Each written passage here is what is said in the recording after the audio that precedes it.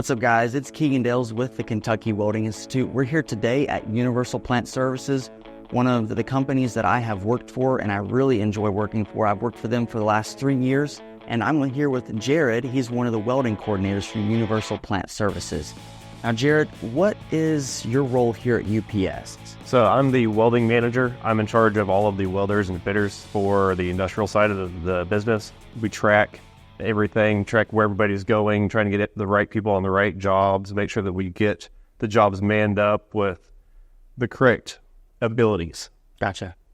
And so you don't just want anybody on these jobs. You want just the skilled, qualified individuals that can actually do a job, go in there, make the welds, make the fits, and you don't have to worry about them as much. 100%. We look at each job individually and see the needs on each one and see exactly who would fit best to go on that. So if we're doing, jobs where it's a lot of alloys, we're doing jobs where it's a heater, or we try to cherry pick who we put on these jobs. Gotcha. So that way we don't put those people in bad positions where they're going to fail, and we don't put the company in bad positions where they're going to fail.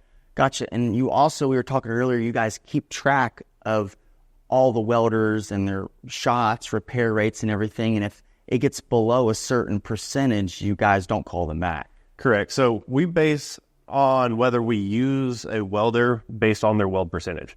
So we track it from the day that they hire on with us. They get a stencil and it never ends. So they could work with us for 10 years.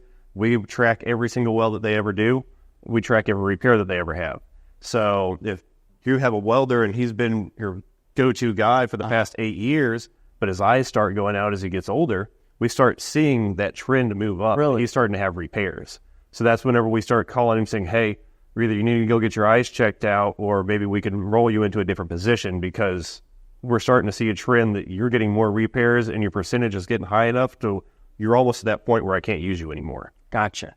So with that being said, what is the trend now in the welding industry with welders? Are you seeing an influx of low-quality welders try to get with you guys, or what are the issues that you see from welders nowadays? So a lot of the problems that we see, especially with the company as big as we are now and growing as much as we are, is everything goes by word of mouth.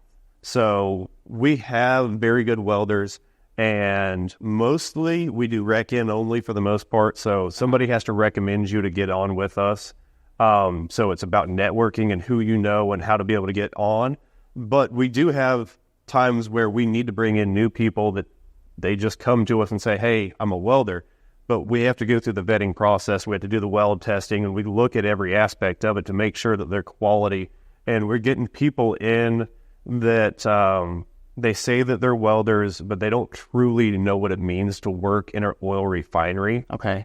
And they end up struggling on some of the jobs. They can pass a weld test because it's in a booth and it's no problem, but the real world is not a test booth.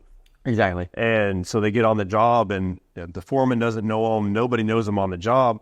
Well, they don't speak up and tell them, hey, I don't really feel comfortable making that Inconel weld that's in the corner. They need to be able to speak up and feel comfortable saying, hey, I'm not that person. Mm-hmm. I can weld up all this other stuff, but I don't really feel comfortable with that. Well, they don't tell anybody that, and they walk over there and they're like, oh, well, I just went to welding school. I can do this. Right. But they can't. Right. And you don't realize it until you get out in the field and you realize it's not a test booth. Right. You're going to be hanging upside down, welding where you can only see half of the weld, and you got to use a mirror with the other half with your non-dominant hand. Right. And a lot of times these kids, they just don't understand because, well, I went to welding school and my welds look the best out of everybody there. That's awesome. Weld it with one eye closed because you can only see half of it. Exactly. And upside down and in a horrible spot, Yes. it raining on you, it's completely different. Exactly. So just having a welder that knows how to not weld in a booth is a huge deal. It's a huge aspect. Gotcha. And being able to repair your welds.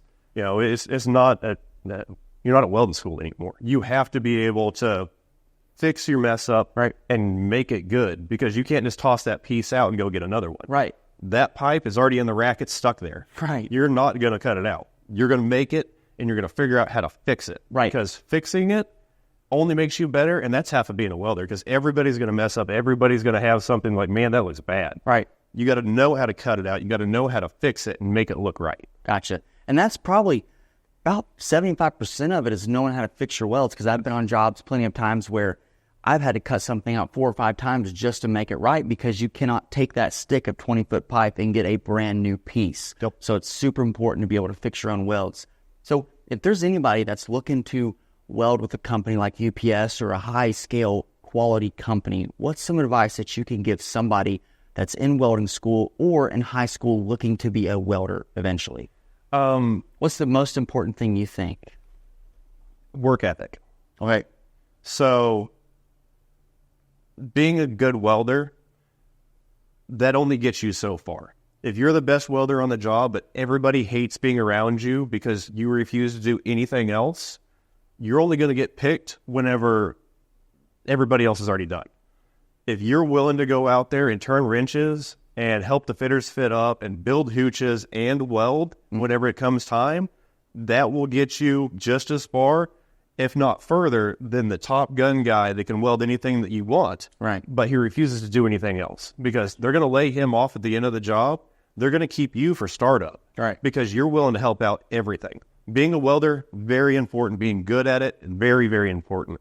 But being willing to help with whatever needs to happen. Gotcha. And be able to do and be able to adapt to different situations, because it's not always going to be, all right, we're welding pipe. Right. Hey, we have a support over here that's covered in galvanized and it's a horrible spot. Right. I need you to go weld it. Well, I'm a pipe welder. Well, then we're going to get rid of you. Right. I need somebody that's willing to do whatever it takes to get the job done. You have to have the work ethic and you have to put in to do it. And really in this industry, it's all about networking. Right. You get in good with the crew and you would let your name go for you, because that's all you have. Right. If you have a name that whenever somebody hears it, they go, oh, I don't want that guy on my job. Right. You're done. Right. And, everybody thinks oil and gas industry, it's so huge. I mean, it's a big industry, but it's a very tight-knit group.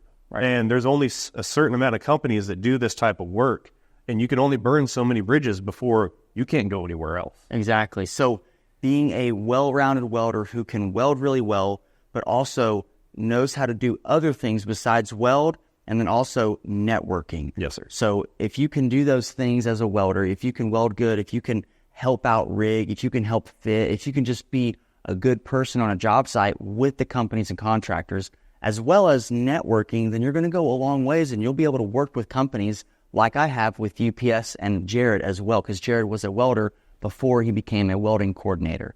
So we've had quite a few different employees come in from KWI, and from what I've seen from their school is everything from the top down. They're teaching the kids right. They're teaching them how to weld, of course, how to do the welds in the field positions. Not everything's just in a jack stand and easy. They're teaching them different aspects, whether it be safety, which is insanely important in the industry.